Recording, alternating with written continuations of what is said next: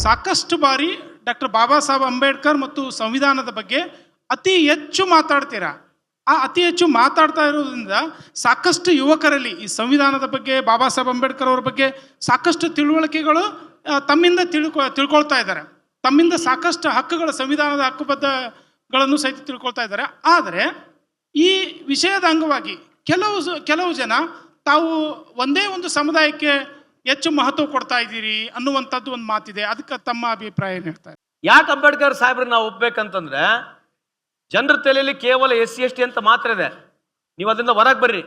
ನಿಮ್ಮ ತಾಯಿಗೆ, ನಿಮ್ಮ ಅಜ್ಜಿಗೆ, ನಿಮ್ಮ ಮುತ್ತಜ್ಜಿಗೆ ಸ್ವಲ್ಪ ಏನೋ ಆಸ್ತಿನಲ್ಲಿ ಇವತ್ತು ಹಕ್ಕು ಸಿಕ್ಕಿದ್ರೆ ಅದು ಕೇವಲ ಬಾಬಾ ಸಾಹೇಬ್ ಅಂಬೇಡ್ಕರ್ ಅಂತ ಈ ಸಂದರ್ಭ ಕೇಳಲಿಕ್ಕೆ ಬಯಸ್ತೇನೆ. ಬಾಬಾ ಸಾಹೇಬ್ ಅಂಬೇಡ್ಕರ್ ತಂದಿರತಕ್ಕಂಥ ಹಿಂದೂ ಕೋಡಿಫಿಕೇಶನ್ ಬಿಲ್ಲು ಅದು ಯಾವುದು SC ST ಸಮುದಾಯಗಲ್ಲ.